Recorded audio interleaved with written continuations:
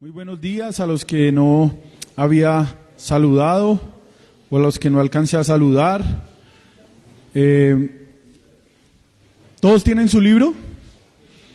Mis hermanos, ahorita al iniciar y también lo voy a hacer al terminar, nosotros como grupo de trabajo queremos que este sea un tiempo en el cual usted pueda preguntar, en el cual pueda usted aportar. Por eso la motivación es que entre semana usted lea el capítulo que corresponde y que si surge alguna duda usted la pueda hacer de la misma manera que usted lee y de pronto usted ve que hay algo importante que el que está aquí al frente no lo está transmitiendo o no lo dijo, usted también pueda alzar su mano y participar. ¿Sí me hice entender la invitación? Entonces la idea es que hoy casi toda la clase va a ser preguntas. Question. ¿Sí? ¿Sí se dice así? Preguntas. Y la idea es que usted participe. De pronto vamos a pedir excusas con nuestros hermanos de redes sociales porque allá no se escucha cuando usted habla. Pero también invitamos a los hermanos que están en las redes sociales que tengan el libro en la mano. ¿Hay alguien que no tenga el libro? Hola. Lady, ¿cómo estás? Creo que tú no tienes el libro, ¿cierto? ¿Sí? ¿Pero necesitas un libro ahorita o así estás bien? Vale. ¿Todos tienen el libro? ¿La hermana Imelda? Ah, lo tiene en la casa. Hermana Imelda. Vale. ¿Luis Miguel tiene el libro? Si quiere Luis Miguel se hace al lado de la hermana Imelda y le comparte ahí. Gracias. ¿Todos tienen el libro, cierto? ¿Todos tienen el libro? Ay. Bueno, ahí Jessica le comparte. ¿Listo? ¿Listo? Entonces, ¿estamos en qué capítulo? Capítulo 11. ¿Cuál es el título de ese capítulo? El ministerio familiar en la Torá. ¿Qué significa la Torá? La ley de Dios, o hace referencia a ¿cuáles libros? A los 5 primeros libros, el Pentateuco. Muy bien, la idea es que estemos despiertos y vamos. Hace 8 días voy a hacer solamente como un recorrido de lo que hizo el hermano Rodri y hacer algunas preguntas de lo que hizo el hermano Rodri hace 8 días. Entonces, Joan, ¿me colaboras con la primera que está ahí, porfa? Listo. Entonces, espero porque no las tengo aquí. Entonces dice que ¿cuáles son los cimientos erróneos para un ministerio de la familia? Lo vimos hace 8 días. ¿Cuáles serían los cimientos erróneos para que en la iglesia fomentemos un ministerio para la familia? No me diga que los corché. Está en la primera página. Está en el segundo párrafo. Terminando. La idea es que usted lea entre semana. Entonces, le voy a ayudar con uno. Un cimiento erróneo es la motivación de algún líder. Que algún líder dice, vamos a proponer el tema del ministerio ¿de qué? De la familia. Y mientras ese líder esté, pues entonces se trabaja en la familia, pero ¿qué pasa cuando el líder se va? ¿El tema? El tema de la teología sobre la familia no debe estar basada en porque al pastor se le dio, vamos a hablar de la familia. Ese no debe ser los cimientos sólidos para el ministerio ¿de qué? De la familia. ¿Sí? ¿Sí me hago entender? Eso es lo que propone el autor. El autor está proponiendo que los cimientos de la teología de la familia no debe ser la motivación de los líderes o la motivación del pastor o la motivación de algún hermano. Ni aún él dice que debe ser motivado por las dificultades que se estén viendo en la iglesia. ¿Sobre qué? Sobre la familia.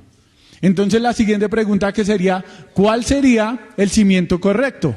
¿Cuál creen ustedes que es ese cimiento correcto para la teología de la familia?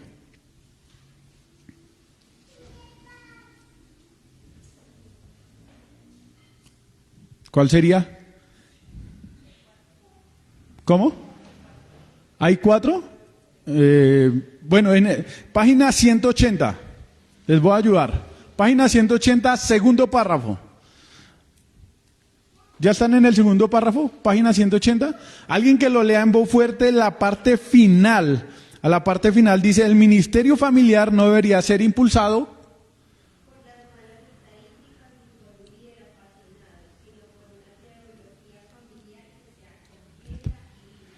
Entonces, ¿cuál sería la respuesta a esa pregunta? ¿Cuál debe ser el cimiento de la teología de la familia?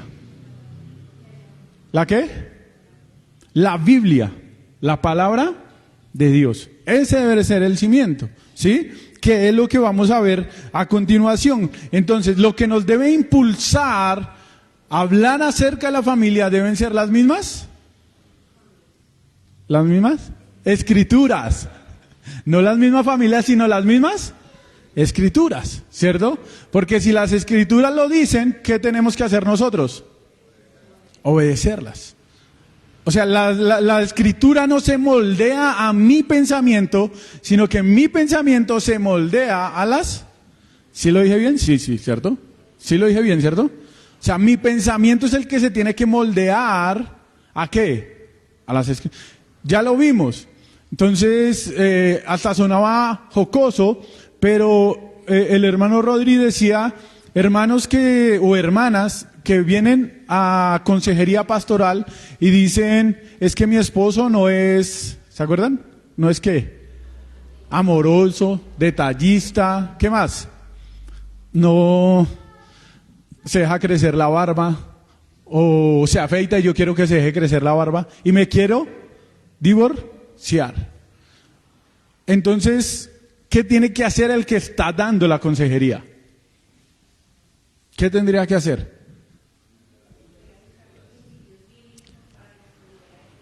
Correcto, ir a la palabra de Dios y a la luz de la palabra de Dios decirle, tú estás equivocada. ¿Eso no son? ¿No son qué? No son motivos para un divorcio. Todo lo contrario. Tienes que amar a tu esposo, ¿cierto? Y amarlo, y bueno, y entonces empezar a buscar en la palabra de Dios cómo es que esta esposa o este esposo tienen que ver el matrimonio a la luz de ¿qué? De las escrituras. Y no que las escrituras, ¿cierto?, se moldeen a la necesidad de la persona. Eso es algo muy importante. Si usted tiene algún aporte, alguna pregunta, la puede ir haciendo. ¿Listo?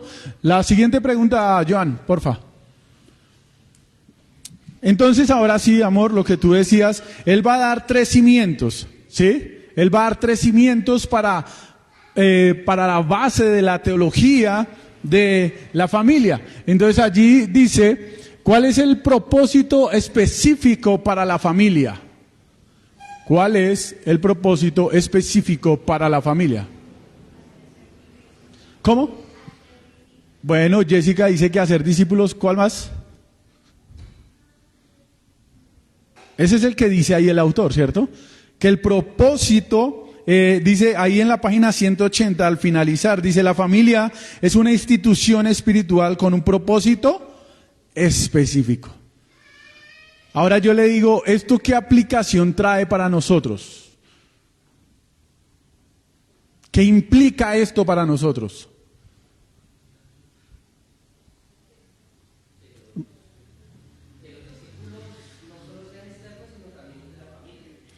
Que los discípulos no sean externos, sino también de la familia. No solo sean externos, sino también de la familia. Luismi.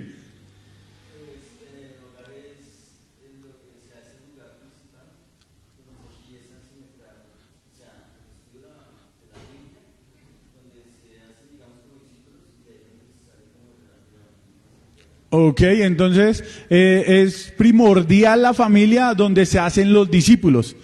¿Sí? ¿Qué más? ¿Qué implicaciones trae lo que está diciendo el autor?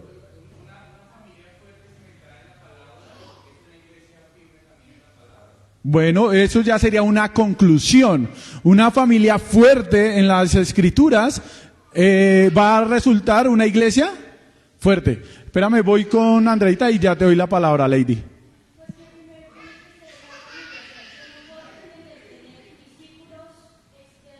Ok.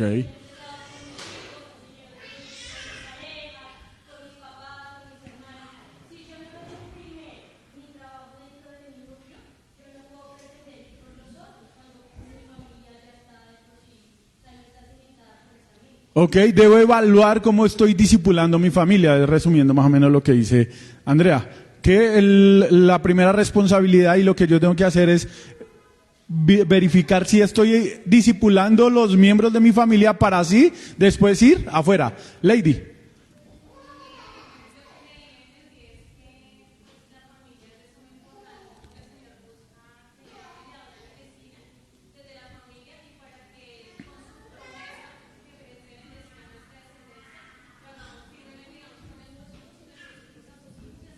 Ok. Entonces es la institución, digámoslo así, que Dios usa para extender el evangelio, que es lo que lo va a decir más adelante. Pero mire cómo choca esto con el propósito de la familia hoy en día en el mundo. Pero mire que lo que está diciendo el autor aquí es algo importante. Porque ¿cuál es el propósito de la familia? ¿Hacer? Y eso tiene que quedar como retumbando en nuestra cabeza. O sea, el propósito de la familia no es que entre todos trabajemos y tengamos un palacio, ¿cierto? O el propósito de la familia en este caso para el hombre no es que la familia trabaje en pro del hombre y que el hombre sea un profesional y sea un, ¿cierto? Ni tampoco el propósito de la familia es que la mujer sea alguien, sino que el propósito, según la Biblia, de la familia es ¿cuál? Hacer, y todo debe girar en torno a eso. ¿Sí me hago entender? Entonces todo tiene que girar en torno, y eso tiene que traer implicaciones tanto para los varones como para las mujeres, ¿cierto? Aún para los jóvenes y aún para los niños. Como varones entonces debemos entender que nosotros tenemos una responsabilidad para con nuestros hijos, primero para con nuestra esposa y después para con nuestros hijos. La forma que hablamos, que nos comportamos. Entonces eso va a llevar a que nosotros como varones necesitemos más las escrituras, que estén las escrituras cada día más presentes en nuestra vida. Como mujeres igual, como adolescentes igual. Porque es el medio donde nosotros vamos a ser discipulados. Y es interesante porque la Biblia es enfática en esto. A lo largo de las Escrituras nosotros vamos a encontrar cómo Dios cada momento y cada instante está demandando. Vamos a ir a Efesios capítulo 6, versículos 1 al 4.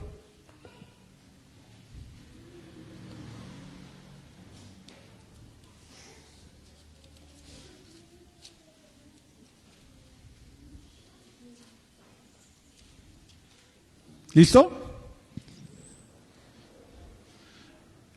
Quizás uno de los mensajes más claros, como el agua, es este en las Escrituras. Efesios 6, 1, dice: hijos, obedezcan ¿a quién?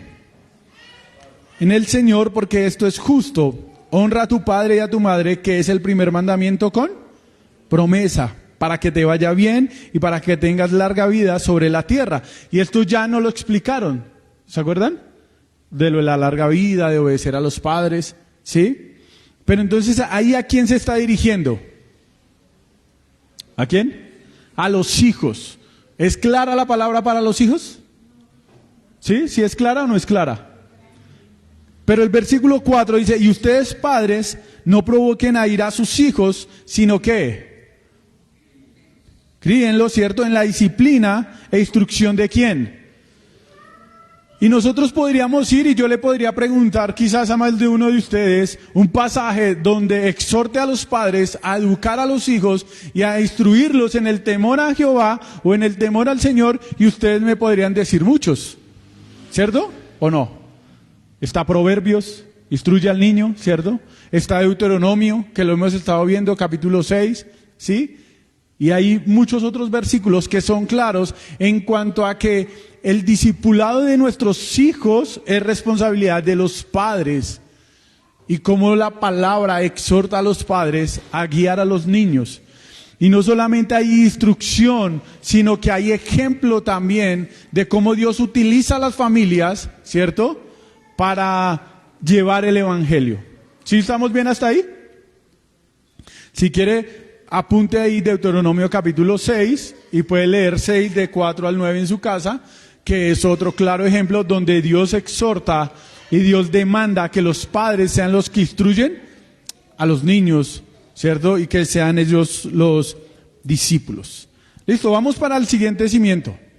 Cimiento número 2. Ay, no, espérenme que me faltó una, Joan, qué pena. Me faltó una pregunta. ¿Qué hace que la familia sea el grupo pequeño adecuado para el discipulado? Los que leyeron.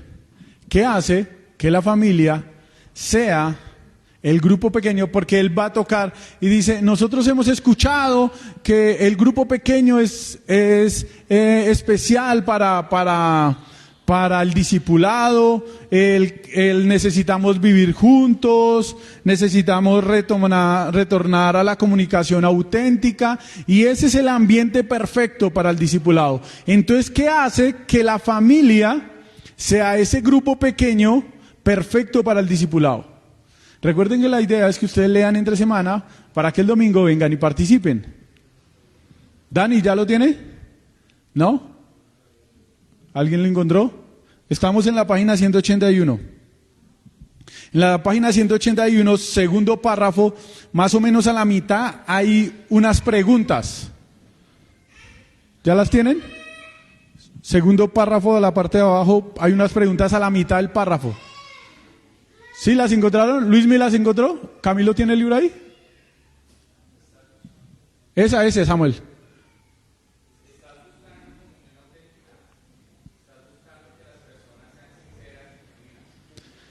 ¿Y qué dice? ¿Cuál es la respuesta?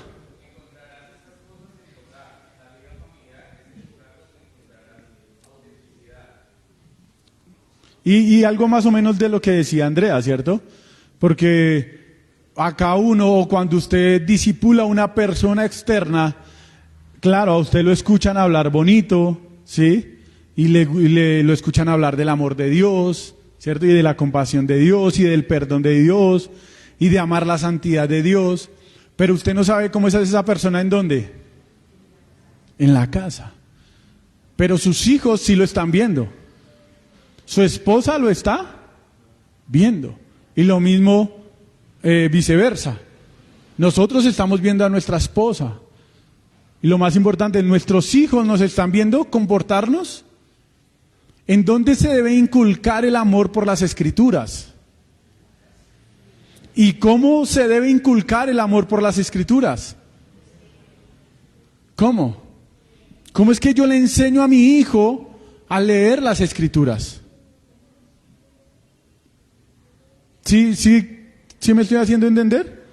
Ahí por ahí en estos días circulaba en un perfil, vi que había un niño leyendo un libro, y al lado estaba la mamá leyendo un libro, y al lado estaba otra señora con un celular, y al lado estaba el hijo de esa señora con un celular. Y la señora le pregunta a la que está leyendo el libro, oye, ¿tú cómo haces para que tu hijo no esté pegado al celular y esté leyendo un libro? ¿Sí? Y es verdad. ¿Cómo le inculcamos a nosotros, a nuestros hijos, la oración? Al meditar en la palabra. ¿Cómo? Pues con el ejemplo de ¿qué? Del Padre. Porque si él en la casa no ve a sus papás orar, no ve a sus papás leer la Biblia, o no ven a su mamá si es solita, o a su papá solito, orar, leer la Biblia, tener disciplina para ir a la iglesia, ¿cómo van a ser los hijos? Igual. ¿No van a tener esa misma disciplina, ese amor por el Señor? Hacía él era buena porque ¿qué hace que la familia discipulado? Ahora sí al cimiento número 2. ¿Listo? ¿Por qué me has dado estos hijos? ¿Qué alcance tiene esta misión? Y ya Lady nos adelantaba un poco. ¿Cuál es el propósito por el cual Dios da hijos? ¿Cuál es el propósito por el cual Dios da? ¿Cómo? Que el reino de los cielos sea extendido. Bueno, sí, ¿qué más? Para que marquen diferencia. Bueno, sí, ya. Pero el propósito por el cual Dios me dio a Joan y a Matías, ¿cuál es? Mi hermano Edwin le atinó a una palabra, pero yo quiero que seamos más exactos en lo que está diciendo el autor, que me parece importante y que lo vamos a ver en las Escrituras. Si quiere, vaya buscando segunda Timoteo, capítulo 1, versículo 5. ¿Para qué Dios nos da hijos? Está en la página 181, más o menos a la mitad.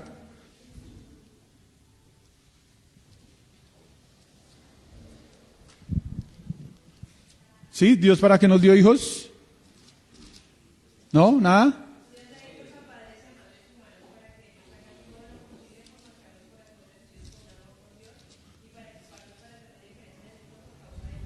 Eso. ¿Para marcar qué? ¿Para marcar qué? ¿Para marcar qué? No, eso, gracias hermano. Para marcar sus corazones. O sea, quizás la salvación, no, quizás no. ¿La salvación de nuestros hijos depende de los padres? ¿Sí o no? No, la salvación es ¿de quién? Del Señor. Pero el Señor sí me encarga a mí la responsabilidad de yo marcar el corazón de mi hijo. ¿Sí? Que es lo mismo que está en 2 Timoteo, capítulo 1, versículo 5. ¿Ya lo tienen? Pablo hablándole ¿a quién? A Timoteo, ¿cierto? Porque tengo presente la fe que sincera, ¿cierto? Que hay en ti, la cual habitó primero ¿en quién? ¿Y en quién más? ¿Sí? O sea, este hombre fue marcado en su corazón por el testimonio de su mamá y de su abuela. Y ese es el propósito por el cual Dios nos da hijos. Nosotros tenemos la responsabilidad de que su corazón sea marcado con el Evangelio. Que ellos puedan ver en sus padres, hombres y mujeres, entregados al reino de Dios. Hombres y mujeres que saben que el reino de Dios no es comparado con nada que les pueda ofrecer este mundo. Es triste ver a nuestros hijos que no pueden discernir si lo más importante para sus padres o es el trabajo, o es el dinero, o es el evangelio, o es la iglesia, o aún es el paseo, o es estar descansando en la cama, o es estar viendo una película. ¿Qué estamos marcando en el corazón de nuestros hijos?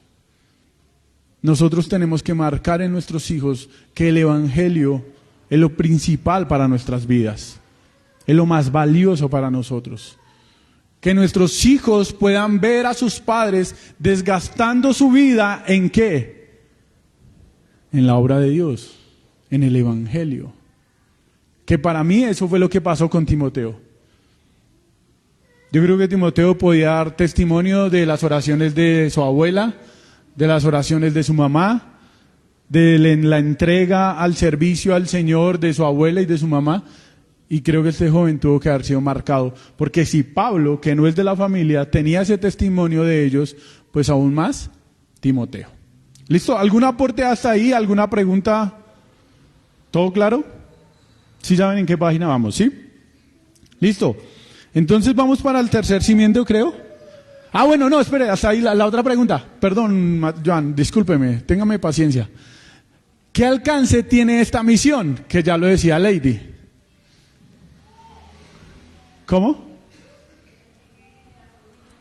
Entonces eso va a hacer que se levanten generaciones, ¿cierto? En generación y se van a prolongar. Y esto no lo explicaban ya hace tiempo. Esto es a lo que se hace refiere el mandamiento cuando dice que él tendrá larga vida. Esa generación, ¿cierto? Entonces, Dios quiera que mis hijos, ¿cierto? Amen al Señor y que cuando ellos tengan su hogar, sean un matrimonio que también amen al Señor y guíen a sus hijos en el Evangelio. Entonces, en este caso somos dos, tenemos dos hijos, en ese ya serán dos hogares, ¿cierto? Y de esos dos hogares, no sé cuántos otros hogares saldrán, y vean cómo se va extendiendo el reino de los cielos, ¿sí? Un ejemplo acá, por lo menos, es el de mi abuela. Mi abuela es la primera generación, hasta donde tengo entendido, que llegaron a los pies del Señor. Después de mi abuela, bueno, está mi mamá y mi tía, ¿sí? Pero después de mi mamá, Ya vemos 3 hogares que estamos en los caminos del Señor. Y todo empezó con una pareja. Y ya hay un gran número. Entonces, que el Señor quiera que nuestra familia, ¿cierto?, sea usada para extender el reino de los cielos. Ahora sí, Joan, qué pena. Que es algo que va a enfatizar también en el cimiento número 3. ¿Sí? ¿A qué hace referencia la expresión multigeneracional? Que es algo más o menos de lo que estamos hablando. No, pues a eso no. Tiene que ver, hay otro propósito. O sea, hay algo aún más sorprendente. Y quizás fue el final de la predicación de hace 8 días.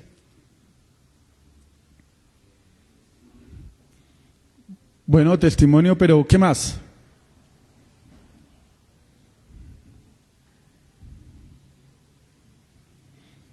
Primer párrafo, última frase, diríamos, hay un punto, la Biblia. ¿Sí? ¿Lo tienen? Estamos página 182.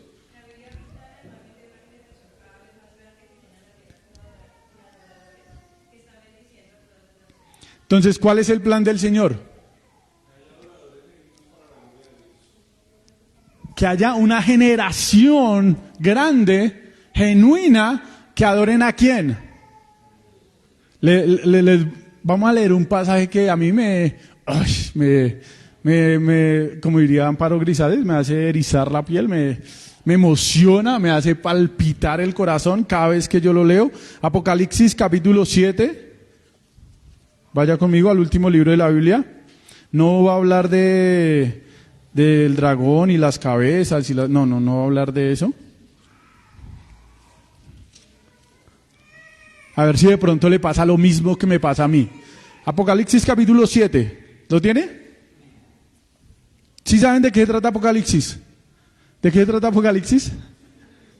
¿Qué significa Apocalipsis? Revelación. O sea, Dios le estaba revelando ¿a quién? A Juan, lo que va a pasar ¿cuándo?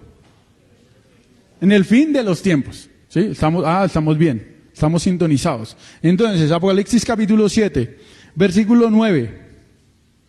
Dice Juan, después de esto miré y vi una ¿qué? Una pequeña multitud, una familia, unos cuantos. Dice, una gran multitud que nadie podía, de todas ¿qué? De pie delante del trono, delante del Cordero, vestidos con vestiduras blancas y con palmas en las manos. ¿Qué hacían? ¿Qué decían?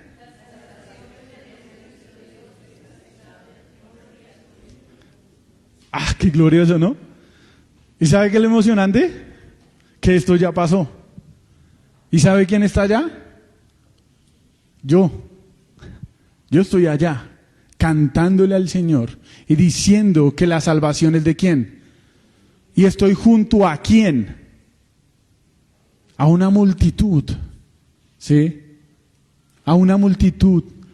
Entonces, lo que está diciendo ahí ese de multigeneraciones, muchas gentes, muchas personas. Entonces, yo voy a estar allá, no yo solo, ni unos cuantos, ni unos 5, ni unos 10, sino una multitud que no se puede contar. Pero Dios ha puesto o sea, la misión sería, ¿cierto? ¿Cómo va a ser el proceso para llegar a esa visión? La visión de Dios es que, claro que cuando hablamos visión quiere decir que todavía no se ha llegado allá, ¿cierto? Pero esto ya se cumplió. Pero digámoslo así, la visión de Dios es tener multitud de, como decía Sebas, de adoradores genuinos que estén ¿qué? Alabándolo y glorificándolo. Y la misión, ¿cómo sería la forma de llegar allá? ¿Cuál es el proceso? Gracias, amor. ¿Cuál es el proceso? ¿Cuál es el método para llegar allá? Eso, hacer discípulos. ¿Desde dónde? Y uno dice, es que en la iglesia no tengo nada que hacer. Pues ¿cómo está tu trabajo en el discipulado en la casa, en el hogar? ¿Cómo estás discipulando a tus hijos? ¿Tenemos una misión? Sí. ¿Tenemos una responsabilidad como hogar? Sí. Y aquí yo quiero, en estos días tuvimos una reunión y algo que me marcó es, tenga cuidado y marque a todas las personas que lo están escuchando. Aquí no estoy hablando solamente donde está papá y mamá. Aquí estoy hablando donde está la mamá sola. Tu responsabilidad como mamá, así estés sola, es educar a tus hijos en el temor del Señor. Papá, ¿estás solo? Tu responsabilidad es educar a tus hijos en el temor del Señor. ¿Están los dos? ¿Cuál es la responsabilidad? Discipular a los hijos. Esa es la prioridad de nuestro hogar. Y debe ser la prioridad en nuestro hogar. ¿Listo? ¿Claro hasta ahí? Entonces quedaron 3 cimientos, ¿cierto? ¿Sí? ¿Sí quedaron claros los 3 cimientos? No los voy a acorchar. Sigamos. Entonces él va a hablar del primer mandamiento. Joan, la siguiente, gracias. Él va a hablar del primer mandamiento. ¿Cuál es el primer mandamiento? ¿Cuál es el primer mandamiento? Amar al Señor sobre todas las cosas. ¿Cuál es el primer mandamiento? ¿Cómo? No tendrás dioses ajenos delante de mí. ¿Quién da más? ¿Cuál es el primer mandamiento? ¿Cuál? Entonces él va a decir que Génesis nos dice cuál es el primer mandamiento. Génesis 1:28. Y los bendijo Dios y les dijo: fructificad y multiplicaos, llenad la tierra y sojuzgadla y señoreadla en los peces del mar, en las aves de los cielos y en todas las bestias que se mueven sobre la tierra. Entonces, ¿cuál es el primer mandamiento? Multiplicarse, ¿cierto? Es lo que está diciendo ahí. ¿Qué nos revela este primer mandamiento? Estamos en la página 182. ¿Qué nos revela? Página 182. Manos, les recuerdo. El propósito bueno, diríamos que este primer mandamiento nos revela el propósito de ¿quién? De Dios. Muy bien. ¿Qué más nos revela? Entonces, ahí está estamos en la página 182. Tenemos el título, el primer mandamiento. En el último párrafo, a la mitad más o menos, dice, nos revela lo que quiere Dios. ¿Sí? ¿Qué quiere Dios? Quiere que la tierra sea llena de personas que le amen y ¿qué? Y le adoren. ¿Sí? Dios desea que sus hijos tengan dominio de la tierra completa, honrando, su poder soberano y santidad en cada esfera de la vida. Esa sería la segunda respuesta ahí a qué nos revela este mandamiento. ¿Cuál es la gran comisión global y cómo puede el mundo ser lleno de la adoración? Y pues la pregunta es obvia, ¿cierto? ¿Cómo? ¿Cómo? Ahí está, página 183. Primer párrafo, más o menos a la mitad, está la pregunta. ¿Cómo puede el mundo ser lleno de adoración? ¿Cómo? ¿Cómo? Sí, pero él dice una institución específica. Eso, hermano, el matrimonio. Dios creó el matrimonio para este fin. Ay. ¿Y entonces los que se casan para no tener hijos? Yo no lo estoy diciendo y no voy en contra de los que están diciendo que no quieren tener hijos. Yo solamente estoy explicando lo que dice la Biblia. Y la Biblia dice que el matrimonio es la institución que Dios creó, ¿con cuál fin? De llenar la tierra. ¿De qué? ¿De chinos mocositos ahí canzones? No, de adoradores. Y entonces, ¿a quién le corresponde el trabajo de educar y guiar y discipular a esos pequeños para que sean adoradores genuinos de Dios? A los padres. ¿Es bíblico o no es bíblico? Usted puede revisar, usted me puede decir: Juan, ustedes están acomodando ahí para echarnos piedra, para hacernos sentir mal, para incomodarnos, para no dejarnos dormir de las 9 a las 10. ¿Alguien tiene algún aporte, alguna objeción, alguna queja, reclamo, sugerencia? Que cambiemos de libro. ¿Sí, no? ¿Todo bien? Listo. Y entonces, él va... pero espere. Sí, ya. Sí, ya. La otra, Joan. ¿En qué parte del mandato fueron fieles Adán y Eva y en qué fallaron? Todos sabemos. ¿En qué parte del mandato fueron fieles Adán y Eva y en qué fallaron? ¿Cómo? Entonces, ¿fueron fieles en qué? Porque ahí en Génesis nosotros vamos a ver que la tierra se llenó de gente. Sí. ¿Se multiplicaron?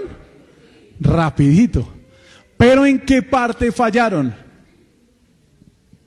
¿Por qué causa vino el diluvio? Porque había mucha maldad. Y yo quiero,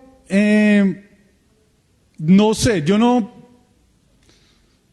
bueno, no sé ustedes qué opinan, si leyeron el libro, pero él ahí debajo de donde está la cita de Génesis 6:5.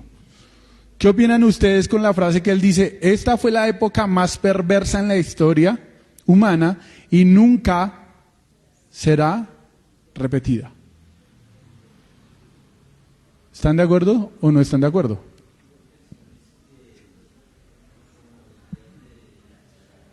Más duro, más duro.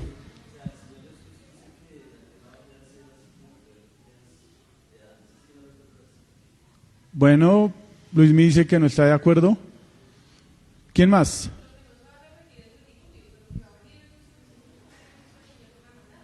Bueno, ¿qué más? ¿Hay alguien que esté de acuerdo con lo que dice el autor? ¿Sebas? ¿Sebas está de acuerdo con lo que dice el autor? Ya lo vi.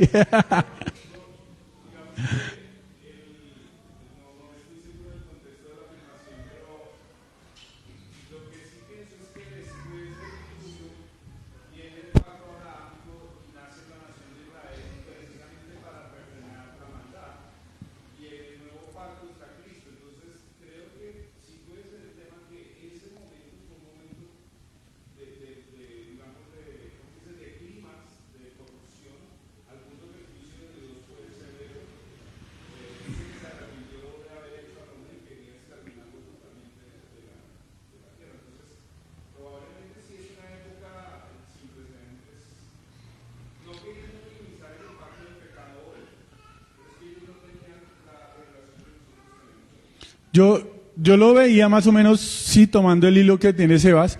En ese tiempo, ¿cuántas familias habían piadosas según la Biblia? Solo una. Hoy, ¿cuántas familias hay? Ahora usted me va a decir, claro, pero es que en ese tiempo había más poquita gente, había más gente. Pero aún así, si nosotros vemos el contexto en la Biblia, la iglesia ¿para qué está? ¿Para qué están los hijos de Dios en la tierra? Lo va a decir el Señor Jesucristo en los evangelios. ¿Para hacer luz en medio de qué? Él da otra analogía que es la sal. ¿Con qué referencia hace él eso? ¿Qué quiere decir con eso? ¿Sí? Quizás lo veía por ese lado, sí, pero yo tenía choques, pero yo decía, bueno, como dice el hermano Luismi, también la Biblia nos narra que el día que el Señor venga será como esos días, ¿cierto? Malos, ¿sí? Pero al énfasis que yo quiero llegar es que Dios, ¿cómo comenzó ese nuevo principio? ¿A quién fue que usó? ¿A una familia? Ahí había ¿a quién usaba? Bueno, ahí está la pregunta, ¿qué usa Dios para este nuevo comienzo? Ahora, la otra pregunta es, ¿qué es, según el autor, lo que muestran las imágenes engañosas sobre Noé? Camilo.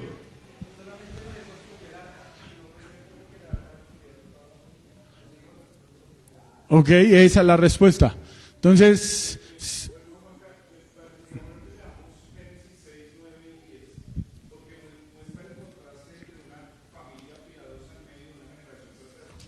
ok, Génesis, los que están de pronto en redes y no escuchan. Pido excusas, hermanos, pero pues la idea de este tiempo, vuelvo y lo repito, lo dije al principio, es que ustedes lean en casa el libro, ¿cierto? Pero si nosotros los motivamos a leer, es para que de 9 a 10 usted pueda participar. Y aún queremos motivarlos a que si ustedes tienen preguntas, dudas, ¿sí? Las puedan hacer con toda confianza. Y aún así, por lo menos lo que está haciendo Sebas, si usted ve que hay algo importante que tenemos que resaltar y que va a enriquecer el estudio, que usted también lo haga. ¿Listo? Entonces la tarea para Bebé en 8 días es que usted siga leyendo y siga estudiando. Génesis 6, versículos 9, Sebas.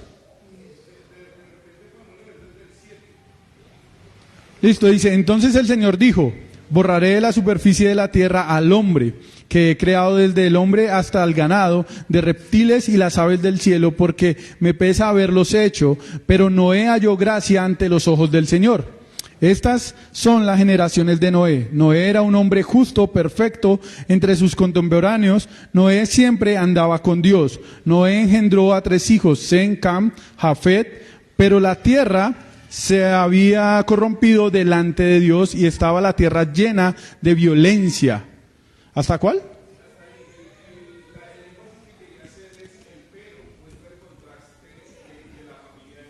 Ok.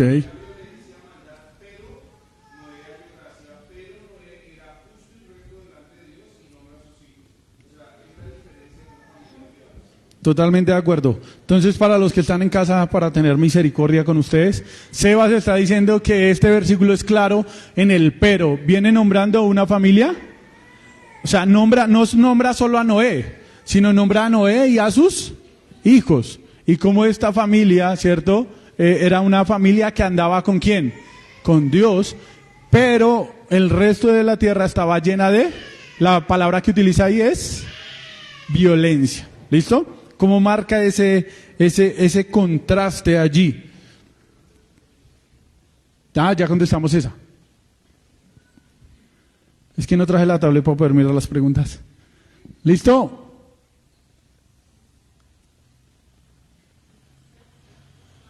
No, esa no es. ¿No hay más? Perdón.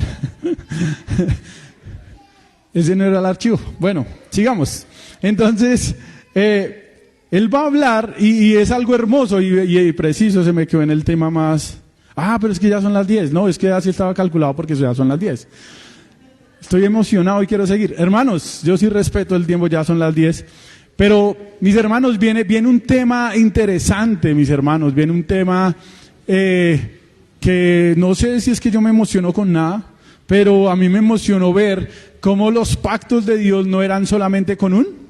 Y caemos, y yo no sé, pero caemos en el error de hablar del pacto mosaico. Yo digo que caemos porque la Biblia no está hablando que el pacto fue directamente solamente con Moisés. O caemos en el error de hablar del pacto abrahámico, bueno, con Abraham. Pero según este contexto y como estamos hablando, no es solamente con ellos, ¿cierto? Y cómo Dios tiene un pacto con sus generaciones. O sea que entre esa generación está usted y estoy, y eso es algo glorioso. Amén. Así que le invito a que se ponga sobre sus pies, vamos a orar. Hermano, ¿cuál es la tarea? Leer. Intente leer y igual, si el que está exponiendo no hace muchas preguntas, entonces usted hágalas, levante la mano, participe, exponga, si tiene dudas, expóngalas, si tiene aportes, o diga, hermano, mire, yo leí en otra parte esto y quiero aportar, no sé, ponerlo sobre la mesa. La idea es que sea un tiempo en el cual todos podamos participar y todos podamos crecer y aprender cada día más, y que el Señor nos guíe y nos bendiga y bendiga a nuestra familia y nuestro hogar y nos dé sabiduría para instruir a nuestros hijos en el temor del Señor. Amén. Cierra sus ojos allí donde está. Padre Celestial, Padre Precioso, te damos gracias, Señor. Gracias por tu palabra. Es deleitoso, es algo glorioso, Padre. Es un gozo poder ver tu palabra y ver tus planes, tus propósitos, tu voluntad. Nos deleitamos al ver cuál es tu voluntad y tu propósito para con la familia, Señor. Y ahorita viendo, Señor, a la luz de la palabra, ver cuál es tu voluntad, cuál es tu propósito, qué es lo que tú quieres, por qué creaste el matrimonio, Señor. Yo quiero pedirte, Padre, que nos perdones si en algún momento, Señor, no hemos ido acorde, Padre, a tu voluntad. Si nuestra mente, Señor, nuestro pensar, Padre, está más hacia este mundo que hacia tu palabra, hoy te pido que tú nos guíes, Padre. Guíanos, cámbianos nuestra forma de pensar, moldéanos, Padre Celestial, transforma nuestra mente a través de las Escrituras, Padre, y que todo lo que aprendemos hoy, Señor, quede en nuestro corazón retumbando cada día, Padre, inquietándonos, Señor, cuando nos levantemos, a ser conscientes de que tú tienes un propósito, que tú nos diste hijos con un propósito, Señor, que tenemos un cónyuge con un propósito, Señor, aún los solteros, aún los jóvenes, los adolescentes que hoy están escuchando estas palabras y que aún no tienen un hogar, que ellos de una vez tengan unos cimientos firmes, claros en tu palabra, del por qué el matrimonio, del por qué el hogar y cuál es el propósito por el cual ellos deben casarse, Señor, y es glorificarte y exaltarte y adorarte, Señor, y tener una familia conforme las Escrituras, Padre. Toma nuestro hogar y glorifícate, Señor. Toma nuestro hogar, Señor, y llénalo de ti, de tu presencia, Padre Celestial. Oramos, Señor, una vez más por nuestros hijos. Oramos una vez más por nuestro cónyuge. Oramos una vez más, Padre, aún por los nietos de nuestros hermanos, Señor.